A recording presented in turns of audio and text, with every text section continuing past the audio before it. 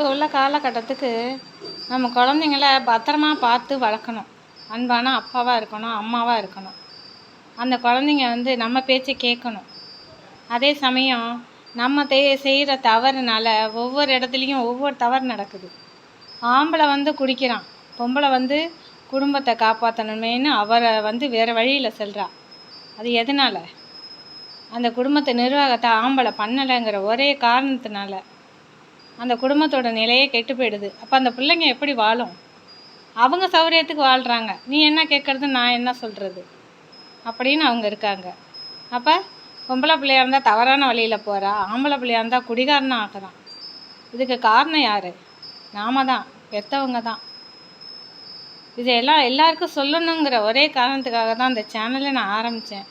ஆனால் இப்போ அதை சொல்லிட்டேங்கிற மன திருப்தி எனக்கு இருக்குது. இதுக்கு மேலே திருந்துறதும் திருந்தாததும் பார்க்குற உங்கள் மன பக்குவத்தில் இருக்குது.